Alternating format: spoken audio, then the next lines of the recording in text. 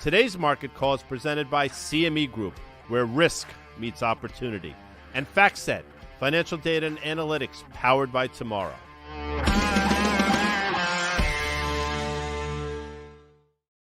One o'clock on the East Coast. Swizz, Dan, Nathan, just the two of us as the song goes. Hope everybody's well. It would appear as though the market's once again in rally mode, but let's take a look at the rundown, because as they used to say in Lost in Space, danger, Will Robinson. Well, those dangers are everywhere. Big tech trade. I mean, tech's off to the races. Why? Because the market's open, and crude getting whacked. I think the lowest levels we've seen in TI since July. And Ranger hockey tonight. How are you, Dan? Ray, I'm going to be at the most, what do you call it, the most famous That arena? would be the world's most famous arena, Madison Square Garden. Long hair at the Madison Square, as Paul McCartney said in Venus and Mars into Rock Show, which then went right into Jets. Back to you. Jets, do, right? How's that? That's from Wings. Okay, let's talk about the NASDAQ. Let's talk about tech stocks. They actually, Guy, they kind of have a reason to be higher today. And I'm just going to tell you that, okay? So I saw it on your rundown. I know that you spend a lot of time prioritizing the bullets on the rundown. But if you think about Global Foundries, had some decent things to say about the semiconductor business. And again, this is a thread, Guy, that's gone on, I think, for the last month, going back to Taiwan Semiconductor, okay, talking about stabilization in smartphones and PCs and the like. Okay. Then we also had, Datadog, which is, enterprise software company that definitely has exposure to the growth in cloud and AI and the stuff there. That's a company that I think is interesting. $33 billion market cap company. It's up 30% on the day. Okay. 80% gross margins, growing sales at 23%, expected to go to GAAP profitability next year. And again, if they can pull up the chart of DDOG, and I think this is really interesting, not much, Guy, of everything that I just said to you has changed in 3 months. But go back and look at the gap on their last quarterly report, right? And the last guidance they get, the stock gapped down 20%. So here it is, gapping up 30%. So when the stock was higher and it gapped down 20%, that was a greater market cap decline than the market cap gain of 30% today, right? And so to me, what's crazy, Guy, is not as much the data and their lack of visibility 3 months ago and their clarity right now.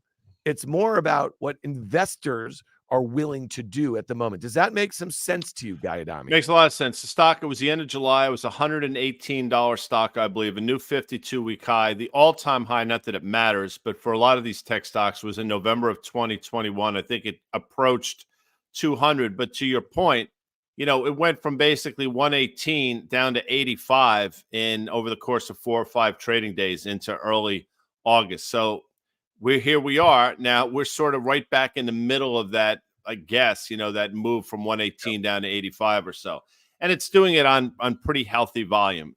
But your point, it's not about trading the stock necessarily. It's about what changed from then till now, and sort of the exuberance around investors and people getting themselves off sides.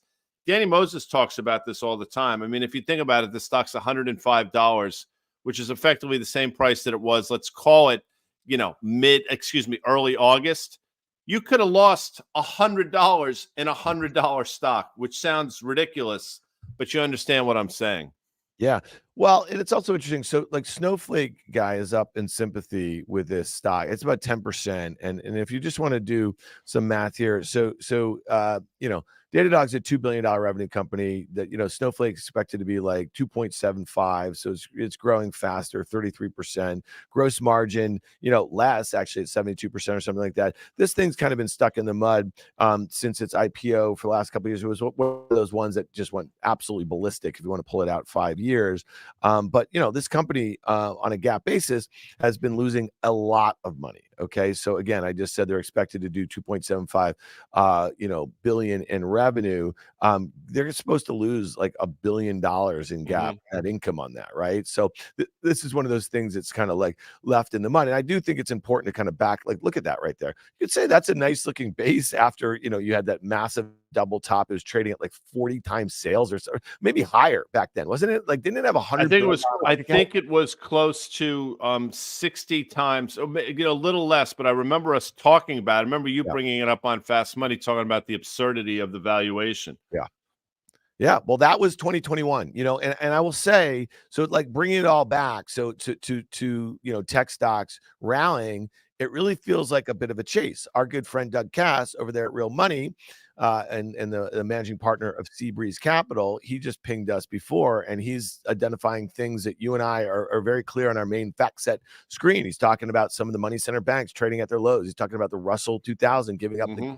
We're going to spend some time on crude oil, but we're also going to spend some time on the materials. They act really bad. So what I'm looking at my fact set screen, and I'm looking what's screaming green, it's all this tech stuff that people love to chase, right? Like that's what's going on right now. So again, I don't know, man. Like, are there a couple headlines that you could say, oh, I want to buy enterprise software today. I want to buy semiconductors today. I want to buy travel related, tech stocks today. Yeah, there's decent headlines. Do they deserve to be up like this? I don't know. In the absence of selling, it's amazing, and it's an environment where the machines take over. In the absence of selling, buyers have to, they have to find a level where they can basically, that buying appetite is I guess vanquished or served, and that's what we're doing in a lot of these names. Now, the names you mentioned are all going to trade upwards of 4 or 5 times normal volume on some of these moves. I don't. Again, I'm past the point of trying to understand if that's a good thing or a bad thing. I would say, to your point, that's part of the chase and it will exhaust itself, but it's very hard to come to grips with some of the moves that we're seeing to the upside. But to your point about Datadog, for example, I mean, we saw the same move, 3 months or so ago to the downside. Yeah. So these things are sort of sorting themselves out. No doubt. Yesterday we did market call in on Sirius XM radio, and just as a little preview, people, we are going to be back to doing, I think it's in December, the first week of December, whatever, the first Monday in December, we're going to be back to doing our market call right here on the Risk Reversal Media YouTube channel. That's going to be at 1:00. So we're going to do that going forward. But we had a little bit of a break in. I was going to put a trade on the QQQ. I was using options, so that would be the NASDAQ 100. We'll link to that in the show notes, or maybe one of the guys could put it in there yesterday. It was when the QQQ was trading 369. It was an options trade. It was a put spread. I was looking at December expiration. The strikes were 365, 340. So long the 365. And I sold the 340s. And Guy, that $25 wide, which was $4 out of the money, only cost $4. Like, think about that. 1.25% for more than 1 month exposure to the downside. Like, I just like the risk reward of that, especially after the rally we had. But here's today. It's Tuesday. Who is our fine sponsor on Tuesdays, which would be CME Group. CME Group, where risk meets opportunity. And just so you know, the risk that I was willing to take in the CME challenge, Guy, okay, so that was the futures challenge that we all participated in, and a lot of you guys participated in it. We really, really appreciate that. We sent out a lot of market call hats for people who participated in that, okay? I got a certificate, and I hope if you guys ended up like I did in the top 20, look at that bad. Look at that bad boy. Should we put that on the wall there? I know you're excited, 25% of participants. Before you get too excited, I just texted you and the team that I actually got a certificate as well, and I congratulated Amanda. So, you were feeling good about yourself, but it's a little bit, But we had an active discussion in the chat about it, because Danny and I were trading them up. You and Amanda were trading a little bit here, but no, that was fun.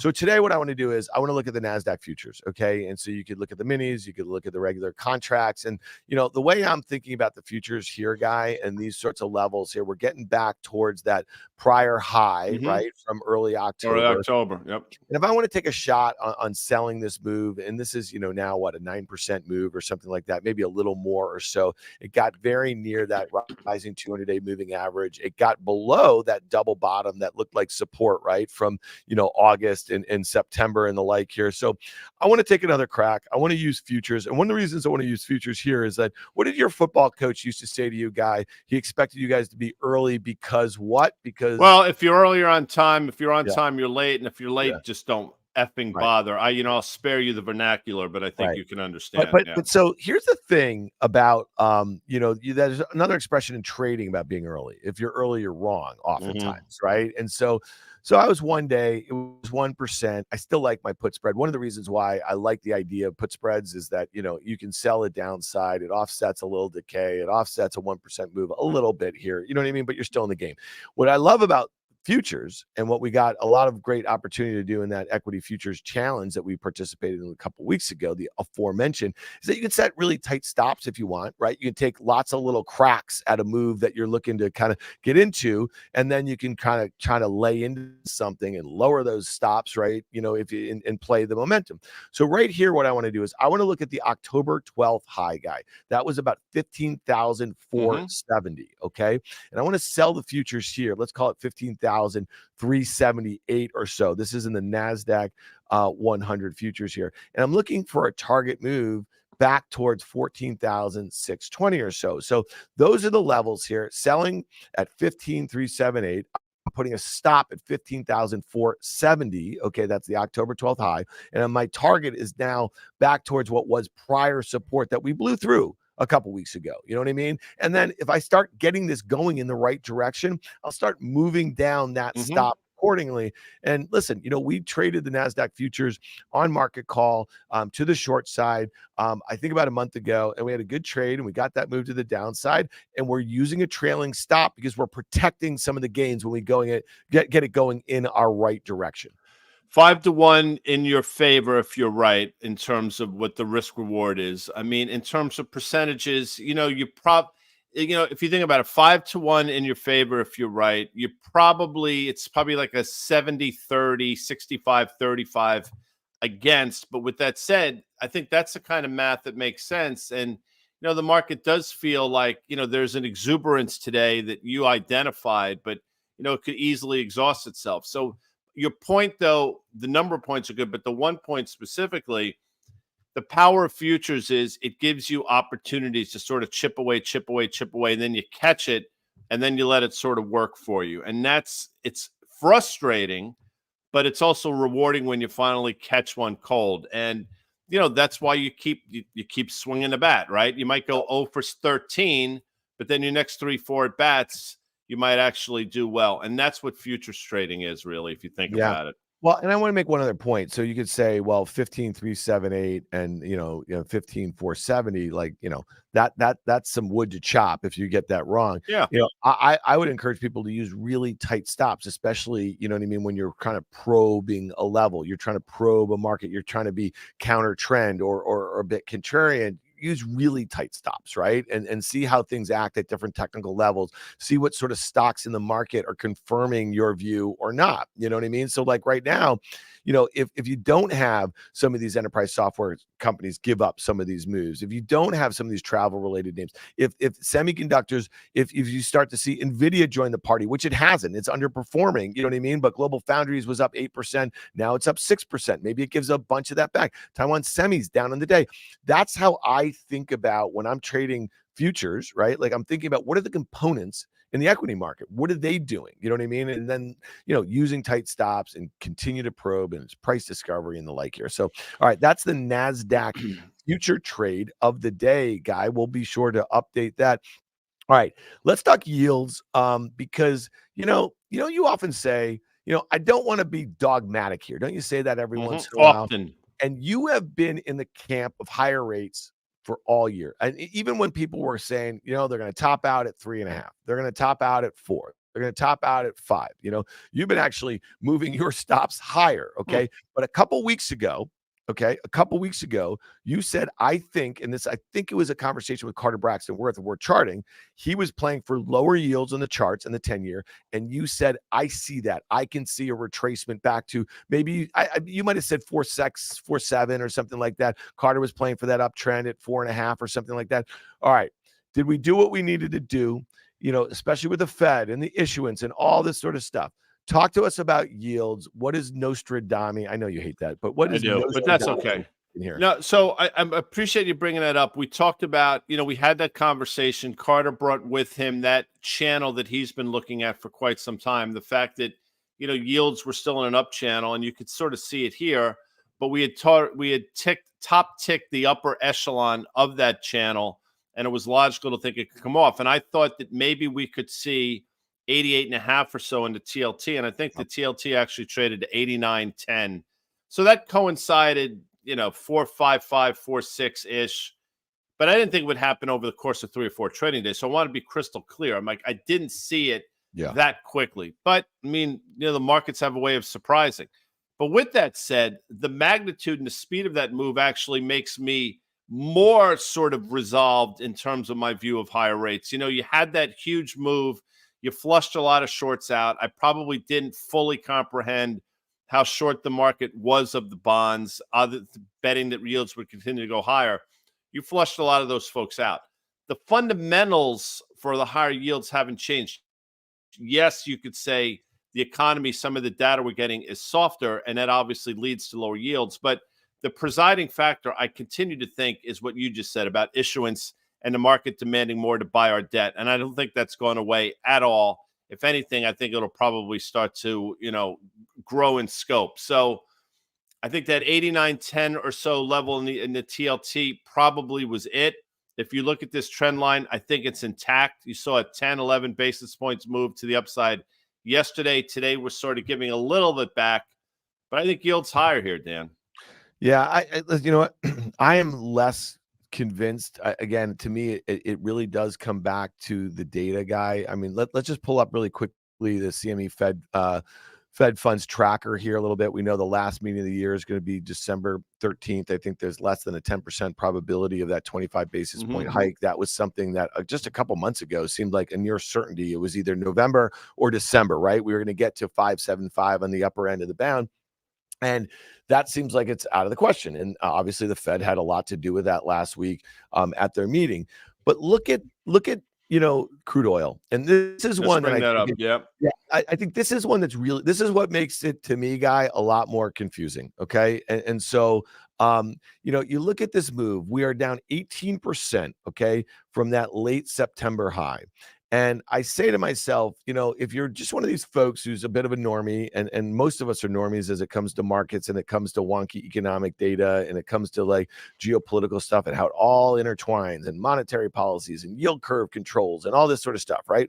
Most of us, and I throw my hat in there. I think I'm good with stocks and options. This other stuff sometimes is a bit confounding, right, Guy? When I see crude, this is actually saying something to me, though, about, where yields are going, where the dollar's going, where people are thinking about risk at the moment. So help me with this, because you traded crude for a long time and you look at all these macro inputs a little bit. And so I think this is surprising to you also, right? And so from a technical standpoint, if we cut through that 200-day, man, that's a big one. We didn't put any other lines on that chart because we thought that was enough. That 200. You don't have to. Yeah, there's no reason to have lines. I mean, we traded down to the moving average, which, if you look, it was resistance back in April when we traded higher. That resistance held up, and obviously crude cascaded down into May. Then we broke through it in July, and that proved to be sort of a level. We did a back and fill in late August, but then we're off to the races. Obviously, the events of early October in the Middle East took us to that 95 level. And ever since then, we're giving the entire thing back. And when you said this must be confounding to you as well, 100%. So the question is now, each day is a new day. At this level, what do you do? And, well, I go back to April and say, okay, when we were trading to the upside, that moving average proved to be resistance. It should be support now. And we'll see if that plays itself out. Now, you get a close sort of below 76.5, 77, and then we're going to start talking about the potential for crude to sort of trade down to the levels we saw in June and July, sort of the high 60s. I'm hard-pressed to believe that's the case, but then you ask yourself, if that in fact is the case, what's going on in terms of the global economy, specifically what's going on here? And I think that makes your other point that things are obviously slowing down, which then means yield should go lower. And so when you start to sort of wrap your head around this, it is extraordinarily confusing. Well, listen, and I'll just say this. This is one of the reasons why, you and I, we show up every day. We're trying to talk it out. And, I use that term, dogmatic. We really try. I know a lot of folks on the equity side just think, you're always bearish or this, that. At least to me, I hear that a lot. Listen, if you want always bullish, just turn on anything else. You know what I mean? Open up whatever, market, newsletter that you subscribe to or this, that, or the other. So going back to your point though, Guy, about if crude were to break here and were to get, to the low 70s or something like that, possibly back towards those lows from the summer, I think it's that headline that's floating right there on our chart here. It's about, we spent the better part of the summer talking about how horrible the data in China was. You know what I mean? And the data in Europe is not actually getting better, right? And so when you think about, like crude oil, you would think it'd be rising, Yeah, 100%. into the winter, into we're going on 2 years, right, of a shooting war in Europe, which is really, It's actually, I think it's over. It's approaching 3 years, if I'm not no, mistaken. it started early 22, right? Like, so Was we're that gonna be, right? I mean, yeah. for some So reason, I I want think to say, but whatever. You're no, right. Yeah. Feb, will be basically the 2-year anniversary, and so, I don't know, man. Like, I would have thought that should be higher, nat gas, like the same thing. I know it's come off the lows. So, let's see here. Listen, and I don't think you or I are wishing for any of that. You know what I'm saying? Like, would we love to see a peaceful resolution in Europe, in Ukraine? Would we love to see a peaceful resolution with a path towards some sanity, you know what I mean, in the middle? Of course. And if that means crude oil has to go to 50, amazing, because that would be great for US consumers also, right? So I don't know. It's just, I think it's a really confusing macro time right now. No, 100%. All the things you said are spot on. There's so many, again, I hate the term, but I'll use it, cross currents out there that you can understand certain things. But once you sort of wrap your head around why you think yields are going higher, then you see the economy slowing down. And then the speed with which yields went lower makes you say, holy shit, I must be wrong. I'm missing something. The moves are just the magnitude of the moves really, I think, are what is so confusing for me. And I think it's got a lot of people sort of off sides, and myself included. And I think you just think we think, I know personally, I know you do as well. You think about this stuff all the time, and you're always trying to punch holes in your thesis. And then the market has a way of sort of galvanizing your thoughts sometimes, Yeah. and other ways just making you look really foolish. Yeah, and here was one. I know Doug, in one of his notes, Doug Cass, I think it was in Real Money last night. He mentioned the point that crude oil was not down a lot yesterday, down less than 1%, but the energy equity, Yeah.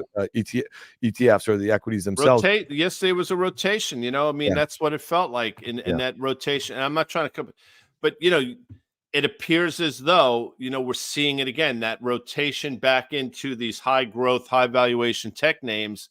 Just people throwing caution to the wind on the back of some of the things you mentioned at the top of the show, but on the back of a lot of different factors. yeah. And it's I don't just, see it's that as fascinating to bullish, see how though. these things move. No, I don't need, listen, I want to be Yeah. clear. I agree with you, but that's, I think, a lot of what's going on here. Yeah.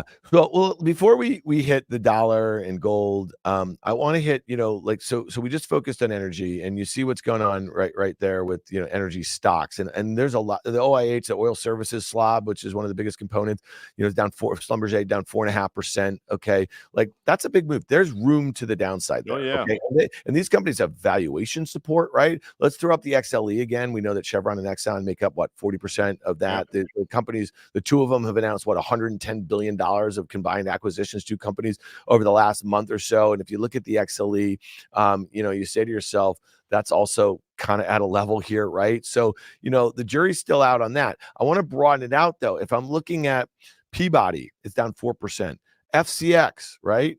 Down 5%, 4.5%.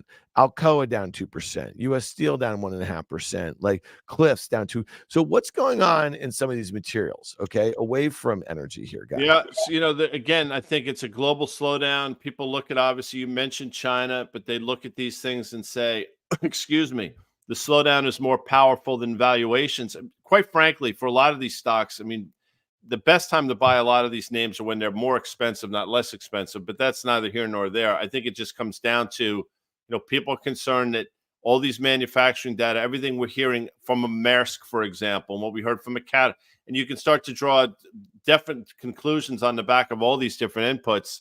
There's no reason to be long these resource names. And if we can quickly go back to XLE, a longer term chart, because, I'm here to tell you in September, I thought for sure we were going to go blasting through those prior highs. And you can see it right there. We traded up to basically, I want to say, mid to high 90s in April, traded down, traded back up. I'm like, there's no way this third time up, we're not going to go blasting through it. And sure enough, we stopped dead yet again. Now, I guess, Dan, the good news is if you look at this, you're still in this up channel from like October of 2020-ish. But man, oh man, you start getting through $80 and then you're saying to yourself, holy shit, that moving average way down in the low 60s is in play. I don't think that's going to happen, but that's how you read this. Yeah. So I think your point on this chart, if you were just basically to draw a line from it's probably late, 2020. I mean, just so you know, we're below. If you can visualize that line, we're like today's like we are dancing on that uptrend line. So just from a technical perspective, you get through here and it's that cluster of lows that are somewhere in the mid 70s in the XLE. And, you and I talked about this last week when we were talking about, Exxon's bid for Pioneer and Chevron's for Hess, right? These were, again, like $60 and $50 billion respectively, right? We're saying that these are going to be mired in regulatory stuff for a while, right? Like, so those are the sorts of announcements that can keep massive equities like that just going sideways to lower for a long period of time. I agree with you 100%. And you brought that point up. My point was that the fact that they had I don't want to say visibility necessarily, but the confidence to be able to think about deals like that, regardless of whether or not they were going to happen or not, gave me sort of the confidence to think, okay, there is vigor in this space. There's M&A that wants to take place. I can wrap my head around a lot of these names on valuation. That's sort of a final piece to the puzzle.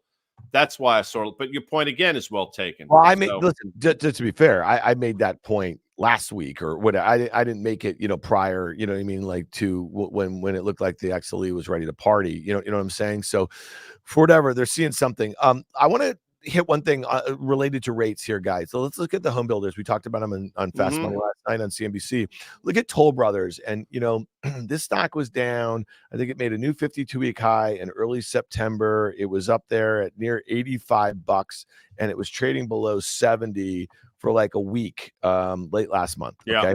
And so you have yields go from 5% to 4.6. You have mortgage rates that were well above 8% 30-year, right? Like that were, down a bit, maybe they're like on either side of 8% or something like that. But to see this sort of move, this is what, 15% or something like that. This is from that low we made. I think it was October 25th or 26th ish of $68, and now here we are north of 80. So I mean it's incredible. So my question to you is that we just saw a 3.9% unemployment rate, right? We saw the lowest non-farm payroll number in a very long time. Okay, 8 months of revisions lower, but yes, yep. So, and again, you and I are not hoping to see, like that number explode to the upside on the unemployment rate or anything like that. Okay. But if it is to go above 4%, and we had David Rosenberg Research on the Tape podcast with Danny Moses, myself, and you on Friday. Check it out in your favorite podcast store. People, it was a great conversation with Rosie, but he seemed matter of fact, okay, that unemployment's going, 4.25%, maybe 4.5%. What the hell do you think is going to happen to this housing market? Which, like, literally, like, values are locked because 2/3 of homeowners in America have, like mortgage rates, below 4% or something like that. No one's trading out of those unless they have to, sadly. Okay. You know what I mean? And once they do, it's going to put a lot of downward pressure on pricing, right? A, and then B, what does it mean for like new, permits and like it's not happening, man. Like not at this stage of the game. So the Toll Brothers chart, if we could pull that up again, I mean, it is really interesting. And if you remember, I mean, we were quite bullish of home builders for all through 2023. And one of the things that we've been saying is there will come a point in yields, and I didn't know what that point was, by the way. I want to be crystal clear, but 10-year yields would get to a level on the upside where home builders would not like it anymore, this sort of point of diminishing marginal returns. And I think it wound up being around 4.5% ish or so is when things sort of stopped. And then as it approached 5%, that's obviously when things really went pear-shaped. You can see it in the chart. I mean, if you overlay a yield chart, it looks hauntingly similar here. So this move back up is all predicated on what we've seen the last week in terms of 10-year yields. Question you have to ask yourself is, yields are still elevated. Are we going to exhaust ourselves at what was, I believe, an all-time high in Toll Brothers in September, if I'm not mistaken, of about 80? I want to say it was 84.5. And that's the rub here, right? Because yields are still elevated. I think the tailwinds have abated for sure. You're going to get these sort of moves out of nowhere on the back of lower yields from time to time. But I think you got to travel lightly here if you want to stay long these names, I think. Yeah, no doubt. I want to hit transports for a second, the IYT. Okay, so this is one where, it had this breakout. I think people were feeling pretty good in May, June, July about just kind of global reflate. I don't even know why, because I didn't really see what people were looking at. And just look at how it not only gave it all back, but then made a new 52-week low. Okay, so we've had this bounce back here, Guy. We're not at that 200-day yet. And I would say that if you were to draw a downtrend from those kind of early August 52-week highs, we're basically right there, right? And then you'd say to yourself, okay, well, maybe we get through and maybe we make a move back towards, I don't know, what's the number, 235 or something like that. You know what I mean? Like, okay, fine. That's still like considerable technical resistance. This is a group of stocks that trade cheap. They trade cheap to the market, right? They're more of a kind of cyclical sort of indicator here. What does this say to you? And we're not going to do industrials today. We're going to do industrials tomorrow with Carter when he's on the market call. He had a great note out on Worth Charting today.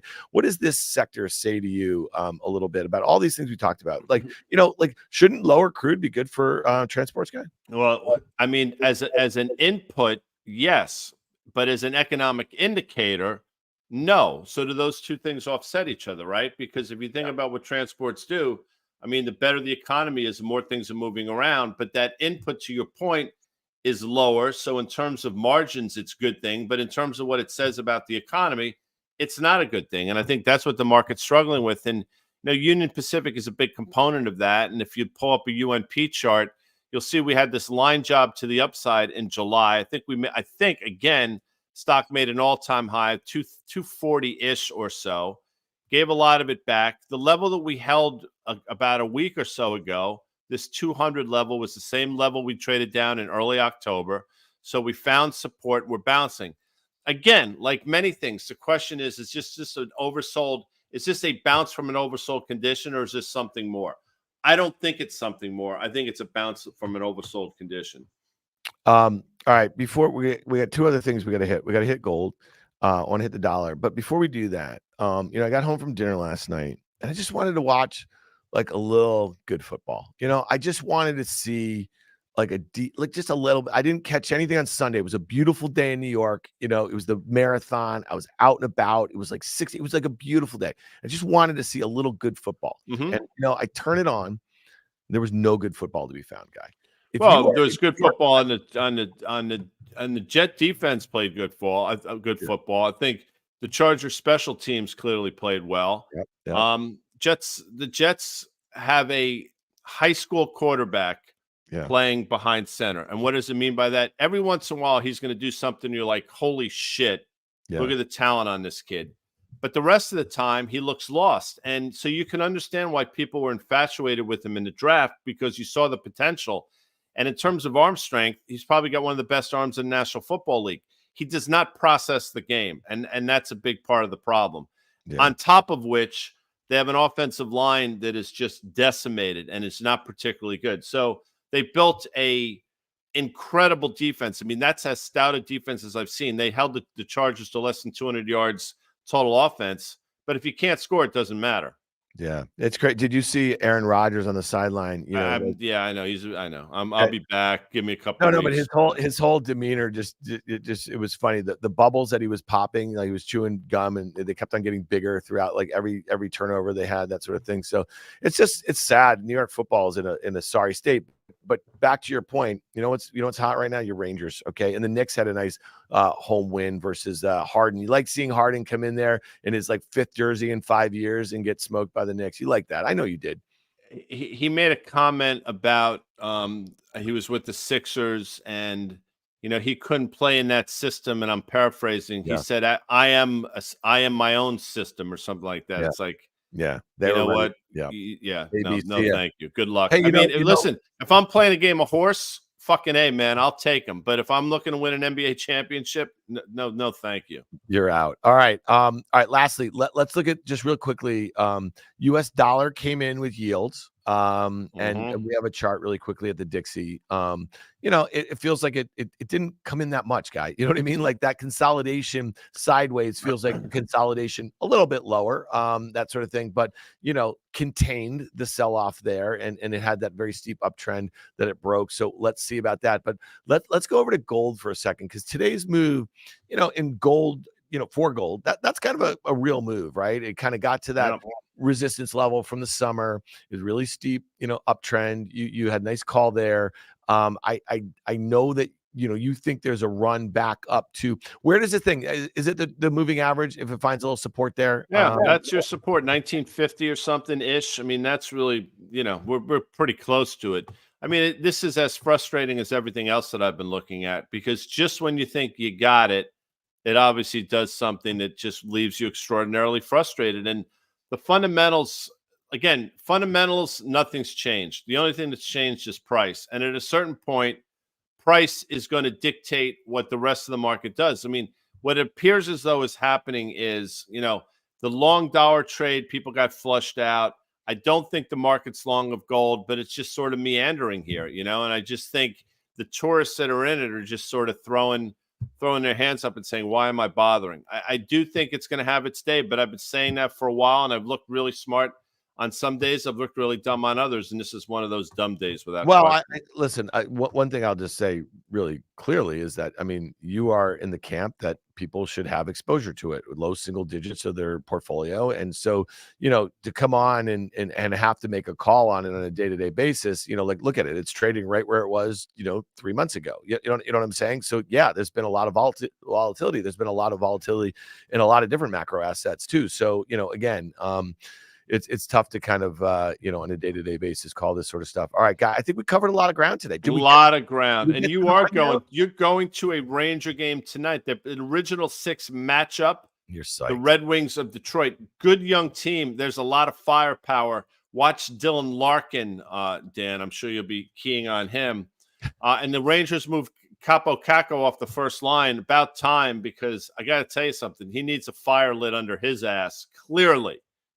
And I know you felt the same way. And by the way, Shesterkin's not in nets tonight. He's dinged up. I'm a little concerned now. They say day to day we will see. So you get to see Jonathan Quick in nets. By the way, future Hall of Famer in Jonathan Quick. Hey, do we know anybody at the WFAN? I mean, like, I feel like you should have your own program. I feel like there's not too many folks out there in the tri-state area that have the sort of breadth that you have across all the major sports here in New York. I mean, you could probably even talk Rutgers football. I don't know. Are you? By the way, it's interesting. They played the Ohio State this past weekend. Yeah. If you go back last year at Ohio State, I think the Buckeyes were up 42-zip or something, and they ran a fake punt in the fourth quarter against Rutgers, which was just like, really? And the punter, got absolutely blown up on the sideline, and they threw a flag. But that's not cool. Now, Greg Schiano, who's the head coach of Rutgers, later went on to say, you know what? The kid's taught, if certain things line up, you make that move. So it was on him. Good for him. Good job. But you know what? If you're a college kid and you're up 4 or 5 scores, you don't do that shit. All right, I got a question for you. Maybe our viewers can weigh in, and I promise you we're going to be out in 1 minute, okay? But this is something that's been on my mind. I woke up in the middle of the night thinking about this. I totally forgot. Sarah and I are going to see Alex down in DC for just on Friday. We're going to go see her. We haven't seen her in a few weeks. It's our oldest daughter. We miss her. We saw our other daughter, at school last weekend. So I agree to do this. We're going to dinner, and then, Saturday we're going to get up, maybe, walk campus and get out of there and get back to the city. I forgot that I have an invite to Michigan at Penn State. Okay. My buddy is taking his RV there, his kids there. I gotta get from DC Saturday morning to a 12 o'clock kickoff. Don't I have to do this, guy? Well, I will tell you, Michigan has not played a top 15 team, I don't think, yet this year. Yet Michigan's obviously, I think, ranked 2 or 3 in the country, depending on the poll you're looking at. Penn State, obviously a good team. At Penn State, not an easy place to play. Nope. The good news for Michigan is it's an early game. That's the good news, because if this game is sort of like one of these 8 o'clock starts on a Saturday night, that place gets crazy. Bad news is I don't think Michigan's been tested, and I think they have a giant bullseye on their back given a lot of the shit that's gone down with that, play stealing scandal that they're seemingly embroiled in now. So I think Penn State's, as we used to say, a live dog in this game. So that's a game that you might want to be at for sure. I got to get up at the crack of dawn to make a 9 o'clock tailgate, don't I? Isn't that something? Make a 9 a.m. tailgate? That's like 3.5 hours from DC. You're not going to believe this, I know, but it will come as little or no surprise to you. Yeah. I've never gone to I don't go to tailgates. Well, I'm Mr. Tailgate. I enjoy a good tailgate. I just don't understand. I just don't get it. I think I mean, you didn't answer my question. We'll talk offline. Should you get up and go? Yeah. I mean, you should definitely go to that game. Okay. All right. You got to get the state college. I mean, you got to get, that's 3.5 hours. I leave at 6 a.m. from DC. I'm going to get there at 9:30. Is that that's what it says on the GPS? Yeah. All right. All right. Well, maybe we can stop boring our people and we can have this hey, like tweet at us or X at us or Instagram. Oh, by the way, Guy.Adami on Instagram. I don't know if you guys saw it. I put it on the Twitter yesterday. I'm on the gram. Follow my ass. He's blowing up. Okay. You got it. There's our boy Zuck in the middle. He's a big supporter of what we're doing here at Risk Reversal Media. So we have 3 handles: Dan S. Nathan, Risk Reversal Media, and Guy.Adami. So follow us on the Instagram. We're going to be putting out content every day. On the gram. On the gram. All right. I can't believe I just said that. Take us out. Enjoy the Ranger game tonight. As I said, original 6 matchup. If you can't be there, watch it. It's going to be fun. Baseball off season, we're getting in earnest. I think we hear from Cashman at 3 o'clock today. It's be interesting to see what he has to say. I think Juan Soto is all but a Yankee. Again, I know you Padre fans could care less, but that's it, or could not care less. Is that right? Or could care less? Something like that. Couldn't give a crap. But we'll be back tomorrow. Now, tomorrow's Wednesday. Wednesdays are Sunday at Carvel. They're also Carter Worth Day. So we'll see you later, folks. See you later. Thanks.